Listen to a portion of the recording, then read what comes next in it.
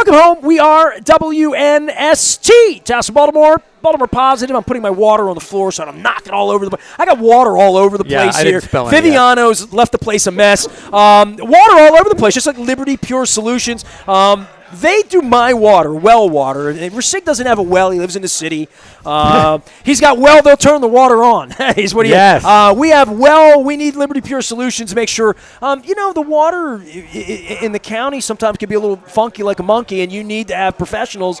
These are my professionals. Keep me feeling good, feeling hydrated, and good showers and all that stuff. But more than that, we're doing the oyster tour. We're going to have some oysters a little later on. Marcella's going to be here. Ricig is my co-host with a K. I don't know, how do we top Viviano? He's like a real broadcaster. Oh, he lectured the hell out of me, didn't he? He's a star.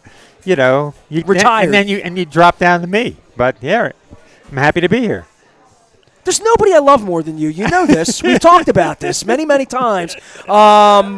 How are you feeling on the sports side of things? Because we're taping this the day before the Ravens play the Chiefs. So there's going to be a whole different temperature on Friday, one way or another. Right. But so we can do a little bit of football. I want to do more baseball with you anyway, because football will play itself out and we'll be there. Right. But if you're drawing cartoons right now for the old sports first, 40 years later, if you had to do a cartoon here to start the Ravens season, what would it look like for you? What are the Ravens in the mind of the greatest sports cartoonist I've ever known? I mean, I was known for doing very busy cartoons. I would do a very busy cartoon of the Ravens. A very kind of Zay Flowers would have lines behind it because he'd be really fast, right? Scattershot. No, I think the story on the Ravens going in is, what do we have?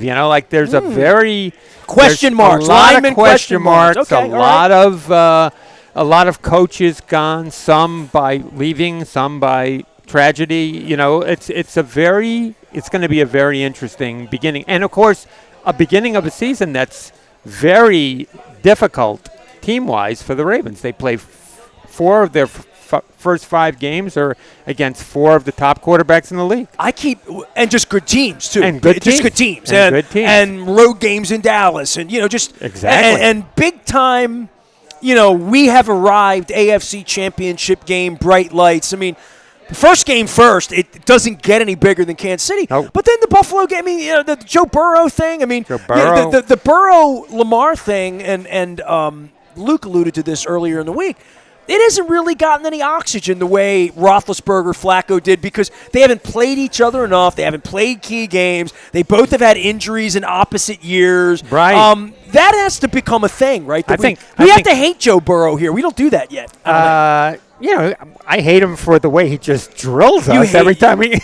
Not really hate him. He's like Elway. I love him. He's swashbuckling. No, he's my kind of quarterback. I do He really appreciate is. him. He's I do my kind of appreciate him. quarterback. But I root hard against him because he's done a number on our secondary. I wouldn't say that about Tom Brady or Peyton Manning, that they're my kind of guy. But Not at all. I like Burrow. I'm a Burrow No, guy. I do also like him too. I had him on my fantasy team. So, I mean, that's another aspect of this that I don't know if you've talked about that at all, but it's fantasy football season now too, and I know I run a big neighborhood knockout pool. I don't know if you've been in any of those. I know about all these. It's gonzo, and so there's all of that too. And then there's real gambling. And then there's real gambling on top of all of that. So it's just a crazy time. I was telling someone the other day that, a lot of people just they'll watch any football game. It doesn't matter if it's their home team. If they can find it. If you can find it. On Friday night, if we can get Peacock. Well, right, exactly. Friday night football. It's crazy. Chen and I are like, where the hell? We got to get your Peacock, right? Where am I going to watch the game? Right. They got Peacock at Coco's? I don't think so, I don't know. I watched some of my Olympics on Peacock, so I appreciated having access to Peacock during the Olympics. But no, it's a crazy time of year, and then you've got the Orioles, who are in the thick of things. It's a heck of a pennant race. It's been a bumpy ride lately, but, maybe they're going to come together and maybe they're going to get hot at the end like the Rangers did last year and surprise some people. So I'm 40 years into knowing you and 33 years into having you on the radio show. I mean, I don't know the first time you did my radio show, but I'm sure it was 92, 93, WITH. I'm sure it was Yeah, I mean, probably. it was very, very big. You were a listener before anybody listened. Sure. You and my mother were the only ones listening back in the day. So, do you remember the summer in the garage? Do you remember the garage summer when I had to do the show in the garage? I do remember that you did some shows in the garage. That was summer 92. Summer 92, okay, yeah. So, that was 32 years ago now. Wow. I've never thought when I have you on, like, you're my pal, we've talked sports, and we've traveled, we've been in planes and trains and all this stuff together. But, like, I never think to ask you, draw me a cartoon in your mind out loud with words. Because no offense. I know you're a genius, but I don't spend time with you kissing your ass and calling you a genius. But once Robbie called you a genius last night after 40 years, I thought to myself, I loved you first because of your cartoon work, right? Like, I loved your cartoons and your sense of humor, and you were it was very obvious how much you knew about sports by the busyness of your cartoons, and I think that's part of the sports radio part of you that I probably don't tap into, to say, if you're going to draw a cartoon of the Orioles right now, what does it look like? Well, it's a bullpen with a rain cloud over top of it, right? Everybody's got bandages on. Like, I'm trying to think like you as to how you would portray the Orioles right now, because they are troubled, but the sun is still shining. They can still easily win the World Series. Of course they can win the World Series. Yes. I mean, I feel like they're going to be there at the end. That's just my Baltimore-ness now. I feel like they're going to be in the World Series with the Phillies. You're having confidence. I like it. That's my prediction. They're going to figure a Orioles, way. Phillies, Eflin, Suarez, they're going to figure this out. I came here in '83. The Orioles won the World Series over the Phillies. I like that rematch and that symmetry for this year. So it'll be.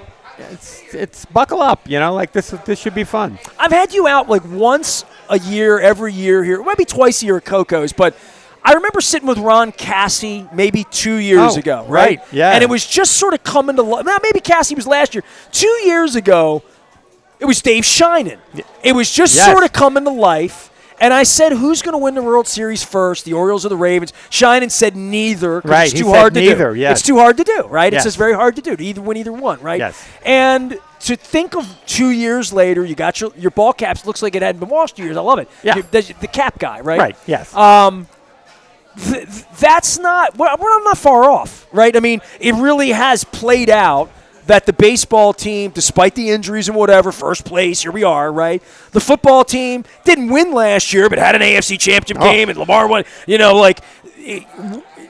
We're riding around on that carousel, catcher in the rye. We can feel that brass ring. You're reaching for it, right? We're there. And that's different, I think, than being a prick sports cartoonist writing about a carpetbagging owner stealing the team, right? Or Angelo's, or, whatever. I mean, the cartoon part of prosperity and hope amidst clouds of the offensive line, clouds of the bullpen. That's a different kind of cloud when you're a great team. And these are two great teams. I would say this as a cartoonist, you can do funnier cartoons about negative type things. That's just like the Southside Chicago cartoonist right now. Sure, of course. The Southside Chicago cartoonist, there is no more sports cartoonist, but if there was one, he would be having a ball with the White Sox. Me, as a fan now, I would enjoy the prosperity part of the cartooning. I would find creative ways to have fun with the success that both these Would you teams draw have had. Jackson Holiday as a little leaguer? I mean, you're an over the top I think he would guy. be fun. I think he would be fun to draw. Yeah, he does look like a little leaguer. There's no question about it. So, sure, I think He so. looks like he's in the Bad News Bears. He looks He like really the uniform doesn't fit. He really does. You know? He does. The first time I saw him, I was just saying, "Wait a minute, this is our guy." But I think give him a year or two, and he's going to be a heck of a player. He's turning into a good player. They also have now. good names: Gunner, Right. Holiday, Rutch in the clutch. Right, exactly. No, this is a Slim Povich. They have nicknames. Tony Taters, right? I mean, Tony come on. Taters, of course. What more do you want from these guys? It's like the way the Phillies were in '83. They had a bunch of you could draw James McCann, his face all messed up from the right from the. That's right. This is this team has some character. This team has some character. This team has a lot of character, young character that hopefully will be with us for a while. I think I would have a lot of fun with this Orioles team. I wish I was still drawing, Oriole cartoons in a publication right now. It just hasn't worked out that way. We're going to do the sports first thing all these years later. I'm going to get you too misty about this because we've talked about the neighborhood and your life. You've lived here almost all the 40 years you've been here in this neighborhood. I love coming to it's one of my favorite places in the city. I mean, anytime my son's like, we get lunch, hey, go to Coco's. Let's go to Coco's. We meet halfway, And I feel like I know everybody here. But Sports First brought you to Baltimore. And I think we're going to do this thing 3 weeks from now on the 40th anniversary of the demise of the News American and Sports First with some old friends. But you stayed.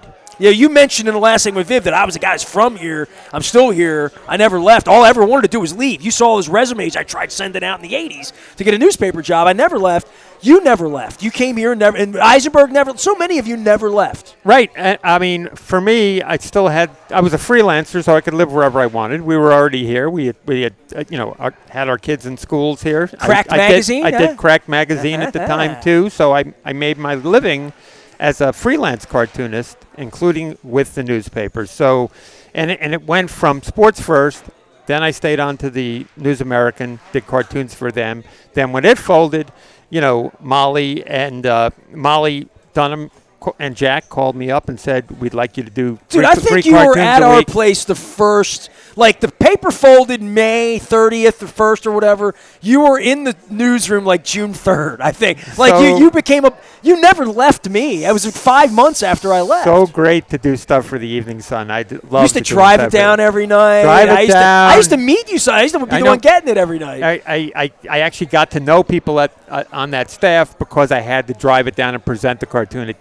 Sometimes your cartoon would wind up on my agate page. It would be a hole on my agate page. But we did page 2. We had page 2 was where all the columnists were. Yes, that's right. And you had the big cartoon there 3 days a week, Monday, Wednesday, Friday, right? Monday, Wednesday, Friday, and they gave me a lot of space for it. 35 years and I can remember this. I can't remember what I had for lunch today. I've got a giant bin of these cartoons somewhere in my house. I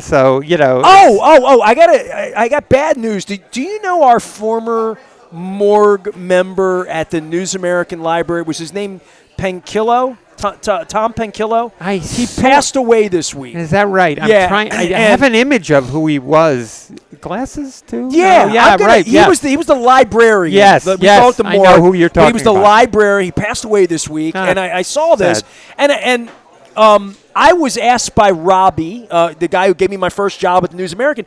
He wanted to know if the microfiche exists from the News American, and I told him, I mean, my God, the man who would have been in charge of all that died this week. But the microfiche and the News American and Sports First, other than you having some random copies. Right, I have some copies of it, that's it. Do you know that and a T-shirt. I'll try to wear my T-shirt for the yellow. Yeah, the yellow. I have that T-shirt somewhere. Oh man, come on! I have to dig it up, but I know I have it. So yeah. If it fits me, I'll wear it for like a week on the air. Okay, I'll wear it. If it doesn't smell bad. I might smell bad. Come on, man! I'll wash it, man. Come on. Mike remember, it had the 1 in the logo. Yeah, the first, the F1 RST. And remember that the whole idea behind it was they were going to put. That's why they call it Sports First. They put sports on the front cover, right, and the weather map. It was a New York Daily News, New York Post, Philadelphia. It was a tabloid Sports First, but it had the weather in the back and 3 pages of like the news in the back. Right, and it had it had the stocks in the back. It was color because it was USA Today at the time was hot, so there was color, a color cover, a color weather map. A color, well, those were the 2 things that were color, and then I think not many color photos beyond that. No. But I have great stories that I'll tell. I want you, I'm going to come and grab them all from you because I want to hold them up. Maybe when I get done here, I'll stop over and try to get them from you. Well, you haven't find them. I got to find them. All right, I have a couple. I have 1 or 2. I'll find them. My very first byline was a story I wrote about Warren Spahn. Nice. I called Warren From Spahn. Buffalo, by the way. Really? Originally from Buffalo. Yeah. Really? He's one of Buffalo's finest, I'll probably tell the story in the piece, but tell Tom Robinson said, we're going to give you your first byline. And he said, I want you, if you can get any of these people on the phone and do a story, I'm going to let you write. It was like a college assignment, you know? Yeah. So I literally, he gave me a list of Hall of Fame players. Enos Slaughter was one of the other ones. I interviewed Enos Slaughter. Yeah. I interviewed Harvey Keene. Okay. So, but nonetheless, he gave me a list of players, and they told me that Mickey Mantle lived in Oklahoma. So I went down to the newsroom, and I dialed 1-555, blah, blah, blah, blah, blah, blah, and I said, Oklahoma information, please. Yeah. Hello, Oklahoma information. Do you have a Spawn SP? No, excuse me, I was 15. Do you have a Spawn SP? Spawn SPAHN Warren? Oh, yes. Yes, here's the number. Would you like to? They didn't have the little thing where you hit it. It says 615-555. So I wrote the number down, and I called. Hello? Hi, I'm trying to reach Mr. Warren Spahn. My name's Nestor Aparicio. I'm a sports writer with Sports First in Baltimore. Well, this is Warren Spahn. How are you, young man? You know, so, and I did a story, and I wrote it. Man, that's so and that great. began my career. Wow. I mean, he is one of the. I think is he the winningest left-handed pitcher of all time? I think he won I knew of his 363 games. Because in the Bad News Bears, the second Bad News Bears or the third Bad News Bears, one of the kids said he was Spahn on the mound. Ah, right. And in 1978, I had to say to my dad, "Who was Spahn?" You know, Spahn and my dad's like, "We're gonna get your baseball card." You know, Spahn and saying to pray for rain. That's my dad. Pray for rain. Exactly right. Yeah. I mean. A great pitcher, really, and like I said, a Buffalo guy. So can I want to kiss your butt a little more because you are a sports cartoonist genius. Do you realize how much about sports you know? I mean, maybe you might even underestimate your own true expertise. I mean, in my own way, when I talk to other people about sports, it's always different, and I'm not trying to be disrespectful or like a jerk.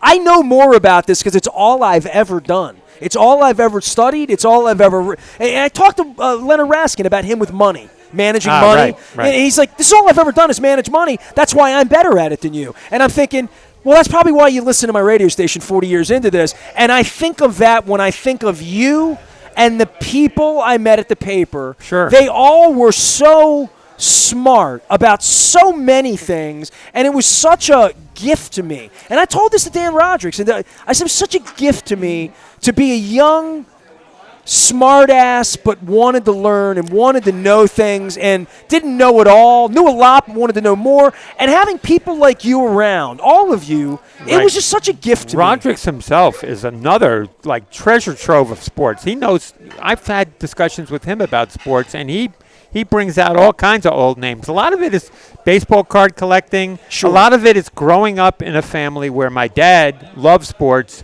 and you probably had a similar situation. My father loved sports. Yeah, and so that was my connection with my dad, was talking sports with him. So if in my family, if you wanted to connect with my dad, you had to talk sports. And myself and my youngest brother were the two real sports fans in the family, and the other two brothers not as much, And I think my passion for sports was there. Then my sports. It's never waned, though. You're watching the game tonight. You'll watch 8 football games all weekend. You're building your Sunday around a game. Right, and I do get into the fantasy football and baseball stuff. Like I have done it for many, many years. That's how I babysat your kids. Yeah, you knew right. Todd Froworth. You I know. literally knew Todd So Froworth. you do get a knowledge of a breadth of all of the sports teams when you play these kind of fantasy games. You get a weird perspective on games because you're sitting at a game and your pitcher is pitching against the Orioles, and you don't want him to get clobbered if you're if he's on your fantasy baseball team, but you're really rooting for the Orioles. So you're really rooting there for a 2-1 game. That's why I never play fantasy sports. I mean, people would say to me, very good reason not to play in my fantasy. I'm sure you invited me in your fantasy leagues. And, I mean, I played in your Stratomatic league. Dude, 33 years into this, right? Yeah. Everybody's invited me to their fantasy league, and I've never, ever, ever, ever. I played Stratomatic with you 35 years ago. I've never played fantasy sports. I don't bet on sports. I don't think it's like it's. I don't think I'm smart enough. I don't think anybody's smart enough to bet on sports.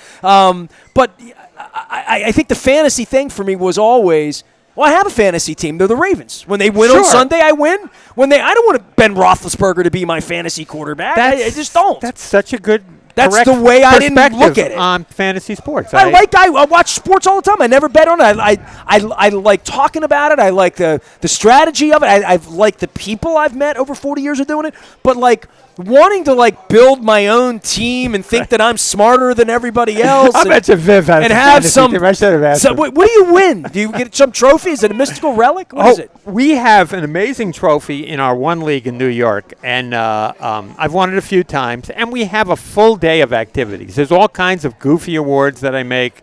My brother sings at the event, so it's a full day activity. What does he sing? He does spoofs. He makes spoofs about our league, and he has dressed up like Elvis and like Johnny Cash and Billy Joel and whatever. And he does a fantastic job at it, and it's very funny. You've lived a better life than me because you're just friggin' happy. You're just always happy. You're always Oh, smiling. you have traveled. We are envious of the way you guys travel. It's real. We strive for your kind of travel. Dude, I saw you running around Argentina, and I see you running around with these grandkids. I love you, man. I want to let you get back to Terry. I know you guys. It's a beautiful day. You got baseball tonight. We're gonna enjoy it. I'll come back in a couple months, and I'll have you back. Okay, great. We're gonna win the World Series, right? I think we're gonna win the World Series. That's my vibe, man. I'm going with it. Let's go. Let's go. I love O's. that you have the early '70s Orioles. Get hot at the end, like the Rangers did last year. When I see that hat, I think Tommy Davis and Merv Retman is what I think. Ah, okay. I think Tom Chopay. Okay, all right. Well, we're gonna win it. We're going with God's that. ears. With no bullpen, we're gonna win this thing. I'm going to attend the parade with you. Mike Ricigliano's here. He is the greatest sports cartoonist of our generation. He lives here in the neighborhood. He is semi-retired and managing it. You get it here. One for you. Oh, thank you. And I got to give Terry one as well. Maryland Lottery sends these out. These Gold Rush 7s doublers. I've got the last batch. I will not have these next Friday at Cooper's and Fells Point for the Oyster Festival. I will have the Raven scratch-offs. Oyster a day, every day. The first oyster of the Oyster Tour is about to happen at a place where we don't even serve oysters. I purposely came here today thinking like I was kicking the oysters off tomorrow because she didn't have an oyster. Marcella brought oysters. She's making me fried oysters today. So next segment, fried oysters. Wow. Maybe a crab cake to go. I already had some cream of crab soup. Nice. We're Coco's. Doesn't get any better than this. Baltimore Positive. Stay with us. It's the Maryland Crab Cake Tour.